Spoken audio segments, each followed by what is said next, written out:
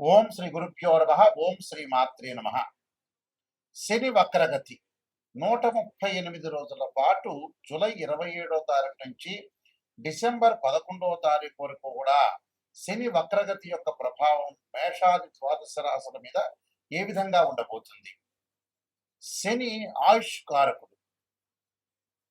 అంటే ఆయుష్ని ఇచ్చేవాడు ప్రధానంగా శని. పనులలో ఆలస్యం చేయకుండా, అంటే పనులలో ఆలస్యం చేసే గ్రహం ఏమిటి అంటే శని. అంటే శని వల్ల కొన్ని యోగాలు కూడా ఉంటాయి. అంటే చెడు యోగాలు ఉన్నాయి, మంచి యోగాలు ఉన్నాయి. అలానే శశి మహాపురుష యోగాలు ఉంటాయి. అలానే చెడు యోగమైన పునర్భవ దోషం కూడా ఏర్పడుతూ ఉంటుంది. అంటే శని చంద్రుల యొక్క కలయిక వల్ల శని శని చంద్రుడి మీద దృష్టి ఉండటం వల్ల, చంద్రశనుల యొక్క పరస్పర దృష్టి వల్ల కూడా పునర్భవ దోషం అనేది కాలయాపన జరిగే అవకాశాలు ఎక్కువగా ఉంటాయి. అయితే ఈ గోచారరీత్యా శని వల్ల, శని 138 రోజుల పాటు వక్రగతిలో ఉండటం వల్ల మనకి ఎలాంటి ఫలితాలు జరగబోతున్నాయి? శని యొక్క కారకత్వాలను మనం చూసుకునేటట్టయితే, శని ప్రధానంగా కొన్ని భావాలకి, అంటే వ్యయభావానికి కూడా అధిపతి శని.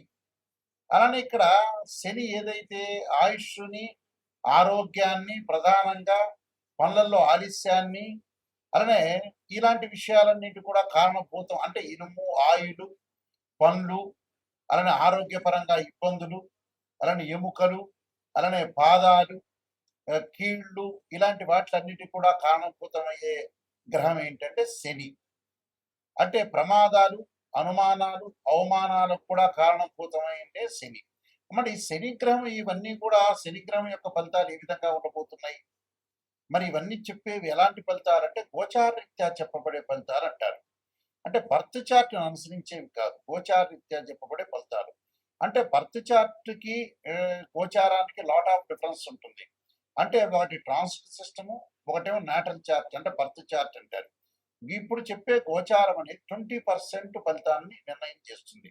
అందులో మన ఈ 138 రోజుల పాటు శని యొక్క ప్రభావం ఏంటి, వృత్తి, ఉద్యోగ, వ్యాపార రంగాల్లో ఏ విధంగా ఉండాలి, వివాహపరంగా ఏ విధంగా ఉండాలి, ప్రమాదాలు, ఇళ్ళు కొనుగోలు చేయటం, వస్తువులు కొనుగోలు చేయటం, అలానే ఆరోగ్యపరంగా ఎలాంటి ఇబ్బందులు కలగబోతున్నాయి, కోర్టు సమస్యలు ఏ విధంగా ఉండబోతున్నాయి, సంతానపరంగా సమస్యలు ఏ విధంగా ఉండబోతున్నాయి అని చెప్పగలిగేది శని యొక్క ప్రభావం కూడా అన్ని స్థానాల మీద. అంటే ఏ భావం, ఏ భావాధిపతి ఉంటుందో ఆ భావాధిపతి మీద కూడా శని యొక్క ప్రభావం, దృష్టి అనేది ఉంటుంటుంది సహజంగా. ఎందుకంటే మకర కుంభ రాశ్యాధిపతులకు శని అయ్యాడు.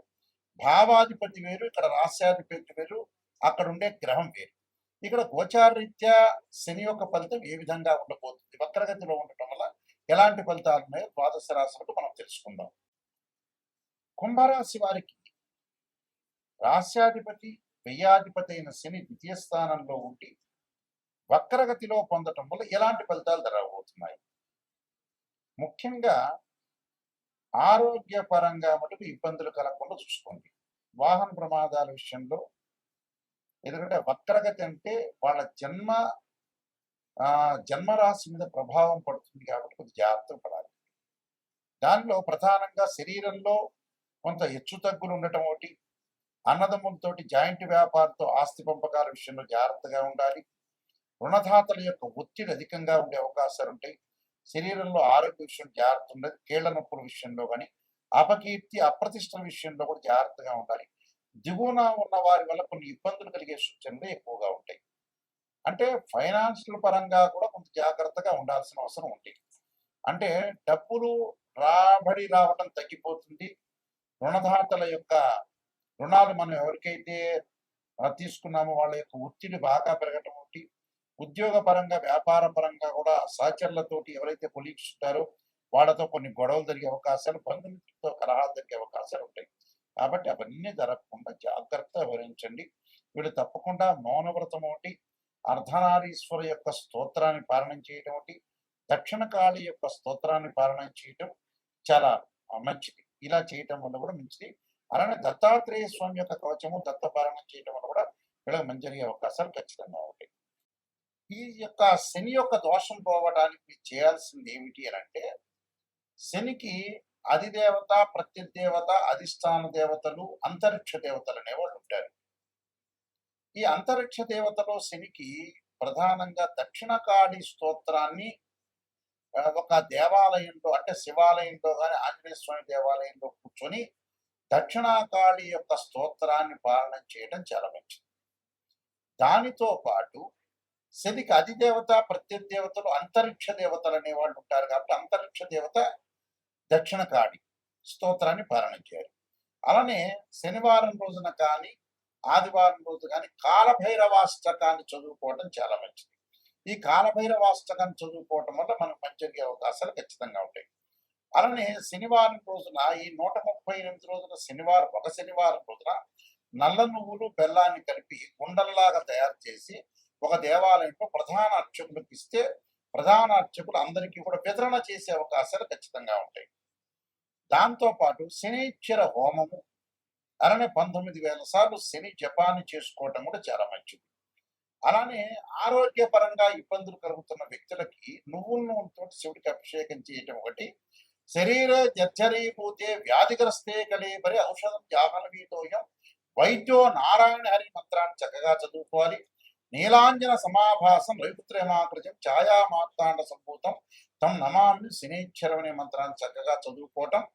అలానే నల్ల నువ్వులు, అలానే నల్లని వస్త్రము, నల్లని గొడుగు, నల్లని చెప్పులు, నల్లని మేకు దానం చేయటం వల్ల కూడా శని యొక్క దోషం పోయే అవకాశాలు ఖచ్చితంగా ఉంటాయి. కాబట్టి తప్పకుండా ఈ శని యొక్క పరిహారాలు చేసుకుని ముందుకు వెళ్ళాలి. దాంతోపాటు ఇవన్నీ కూడా గోచారరీత్యా చెప్పబడే ఫలితాలు అంటారు. గోచారం ఎప్పుడూ కూడా ఈ 138 రోజుల పాటు వృత్తిపరంగా ఎలా ఉంటుంది, ఉద్యోగపరంగా ఎలా ఉంటుంది, వ్యాపార పరంగా ఎలా ఉంటుంది, ఎలాంటి నిర్ణయాలు తీసుకోవాలి, ఎలాంటి నిర్ణయాలు తీసుకుంటే మనకు మంచి జరుగుతుంటుంది, ఎలాంటి చెడు ఫలితాలను మనం ఎలా ఓవర్కమ్ చేస్తాం అనేది తెలుసుకోవాలి. అలానే విద్యార్థులకు ఎలా ఉండబోతుంది, మరి విద్యార్థులు ఎలాంటి నిర్ణయాలు తీసుకోవాలి, స్త్రీలు ఎలాంటి నిర్ణయాలు తీసుకోవాలి, కోర్టు సమస్యలు ఏంటి, భూములు, రైతులు, పొలాలు కొనుగోలు చేయటం, అలానే కోర్టు సమస్యలు రాకుండా, పోలీస్ స్టేషన్ సమస్యలు రాకుండా ఎలాంటి తగు జాగ్రత్తలు తీసుకోవాలి. గోచారం అంటే ఏంటంటే ఎలాంటి నిర్ణయం తీసుకోవాలి, ఎలాంటి జాగ్రత్తలు తీసుకోవాలి, ఎలాంటి జాగ్రత్తలను మనం ఓవర్కమ్ చేయాలి, ప్రొఫెషన్ పరంగా ఏ విధంగా ఉండబోతుంది, బిజినెస్ లో ఎవరిని నమ్మాలి నమ్మకూడదు అనే జాగ్రత్తలు ఈ 138 రోజుల పాటు సూచనలు చేసేదే గోచారం అంటారు. గోచారానికి బర్త్ చార్ట్కి lot of difference. Birth chart అంటే ఏంటంటే 80% name, date of birth, time, place of birth తీసుకుని మ్యాథమెటికల్ క్యాలిక్యులేషన్ వేసి 16 లగ్న కుండల్ని మనం చూసుకున్న తర్వాత దాన్ని ఆ 16 లగ్న కుండలని దశలు, అంతర్దశలు, సూక్ష్మ దశలు, ప్రాణదశల్ని మనం అనాలిసిస్ చేసి అలానే వివాహపరంగా ఏ విధంగా ఉండబోతుంది, ఎప్పుడు వివాహం జరగబోతుంది, ఉద్యోగపరంగా ఎలా ఉండబోతుంది, ఫైనాన్షియల్ పరంగా ఎకనామిక్ గ్రోత్ ఎలా ఉండబోతుంది, లైఫ్ని ఎలా ఎన్హాన్స్ చేసుకోవాలి, వివాహం ఎప్పుడు అవుతుంది, వైఫ్ అండ్ హస్బెండ్ రిలేషన్లో ఏ విధంగా ఉండబోతుంది, మన జీవితంలో ఎలాంటి నిర్ణయాలు తీసుకోవాలి, ఎప్పుడు బాగుంటుంది, ఏ దశలు కలిసి వస్తాయి, ఏ దశలు కలిసి రాదు, సంతాన సమస్యలు ఏంటి, సంతానం గురించి ఏంటి, అంటే ఓవరాల్గా ప్రతి విషయం కూడా బర్త్ చార్ట్ ద్వారా లైఫ్ లాంగ్ యొక్క ప్రొటెక్షన్ అనేది వస్తుంది. దీనికి ఏమిటి, ద్వాదశ భావాధిపతులు వేరు, రాస్యాధిపతులు వేరు. ఎక్కడైతే ఆ గడిలో ఆ రాశ్యకరణంలో మేషాది రాశుల్లో ఎక్కడెక్కడ ఏ గ్రహం ఉంది అంటే భావాధిపతులు అంటే ఏంటంటే ఓనర్, ఇంటి ఓనర్. రాస్యాధిపతి అంటే బిల్డర్, ఆ ఇల్లు కట్టించిన వాడు. అలానే ఇక్కడ ఆ గ్రహం ఏ స్థానాల్లో ఉందో ఆ స్థానాన్ని టెనెంట్ అంటారు, అంటే అద్దెకున్న వాళ్ళు అని అర్థం. అలాగా దాని యొక్క దృష్టి ఏంటి అంటే భావాధిపతులు అంటే ఏంటంటే ఎవరైతే జన్మలగ్నంలో జన్మిస్తారో ఆ లగ్నానికి అధిపతి ఎవరంటే తనుభావం అంటారు. తనుభావానికి రవి అధిపతి, ద్వితీయ భావానికి గురువు, తృతీయ భావానికి బుధుడు, చతుర్థ భావానికి ఇక్కడ చంద్రుడు, బుధుడు అని, పంచమ భావానికి కుజుడని అంటే పంచమ భావానికి గురువు అని, అలానే షష్టమ భావానికి కుజుడని అంటే షష్టమ భావానికి కుజుడు శని, పంచమ భావానికి వచ్చేటప్పుడు గురువు, చతుర్థ భావానికి చంద్రుడు, బుధుడు. ఇవి భావాధిపతులు. అలానే వ్యయాధిపతి శని. అంటే మనం ప్రతిదీ కూడా భావాధిపతులే కాకుండా రాస్యాధిపతులు, ఆయా గ్రహాలు ఏ రాసుల్లో ఉన్నాయో కూడా మనం చూసుకొని ముందుకు వెళ్ళాలి. ఒక వివాహం కాలేదు అని అంటే ఒక మనిషికి రాశిచక్రము, నవాంశము, భావచక్రము, దశలు, అంతర్దశలు, వృత్తిపరంగా ఫైనాన్షియల్ పరంగా డెవలప్మెంట్ లేదు అంటే రాశిచక్రము, దశమాంశము, భావచక్రము, దశలు అంతర్దశలు చూడాలి. అంటే ఏ లగ్నానికి ఏ దశలు అంతర్దశలు కలిసి వస్తాయి అనేది కూడా చూడాలి. ఇలాగా చాలా మంది కూడా ఏం చేస్తారంటే ఒక ఆస్ట్రాలజర్ని అప్రోచ్ అయినప్పుడు ఏదో చెప్పండి గురువు గారు నా పాజిటివ్ చెప్పండి అనే వాళ్ళు చాలా మంది ఉంటారు. నిజంగా పాజిటివ్ అనేది కాదు. ఫస్ట్ నెగిటివ్ తెలుసుకున్న తర్వాత పాజిటివ్. నిజం అనేది నిప్పు లాంటిది. అసత్య దూరం అంటే సత్య దూరం అని అర్థం. అంటే సత్య దూరంగా మనం ఏదైతే నిజం తెలుసుకున్నామో దాన్ని మనం ఎలాగా అంటే ఎప్పుడైతే నిజం మనం తెలుసుకుంటామో నిజాన్ని మనం తెలుసుకొని నెగిటివ్‌ని ఎప్పుడైతే తెలుసుకుంటామో, ఆ నెగిటివ్‌ని మనం పాజిటివ్ చేసుకోవడానికి ఓవర్‌కమ్ చేస్తే మనం కంప్లీట్ మ్యాన్ అయినట్టే. అంటే నెగిటివ్‌ని పాజిటివ్ చేస్తే మనం కంప్లీట్ మ్యాన్ అయినట్టే. అబద్ధాల ముసుగులో మనం ఉండటం అనేది మంచిది కాదు. ఎప్పుడైనా సరే ఆస్ట్రాలజర్‌ని అప్రోచ్ అయ్యేటప్పుడు కరెక్ట్‌గా నిజం తెలుసుకుంటే మీ జీవితం బాగుపడినట్టే. ఏదో ఆస్ట్రాలజర్స్‌కి మనం డబ్బులు ఇచ్చాం కదా! పాజిటివ్ చెప్పండి అనేది కరెక్ట్ కాదు. అందువల్ల నిజాన్ని తెలుసుకోండి. ఆ నిజాన్ని తెలుసుకొని ఏదన్నా జాతకపరంగా నెగెటివ్ ఉంటే దాన్ని ఓవర్‌కమ్ చేసుకుంటే కంప్లీట్ అవుతుంది. మా వెబ్‌సైటు www.nayakanti.com nayakanti.in. నేను నంబర్ ఆఫ్ ఆస్ట్రాలజీ బుక్స్ రాశాను. కాలసర్పయోగం, కాలసర్పయోగ చంద్రిక, రాహుకేతులు, ఛాయాగ్రహాలు, బృహత్ పరిహార సింధు, పుత్ర గణపతి వ్రతము, స్వప్న శాస్త్రము, సర్వదేవతా ప్రవర్తన పార్ట్ 1, పార్ట్ 2 అలానే ముఖ్యంగా నవగ్రహ దోషాలకి ద్వాదశ మహావిద్యల యొక్క స్తోత్ర పారణాలు, వివాహ మార్తాండము, జాతక Chandrika, production of astrology, transits of results అనే బుక్స్ రాశారు.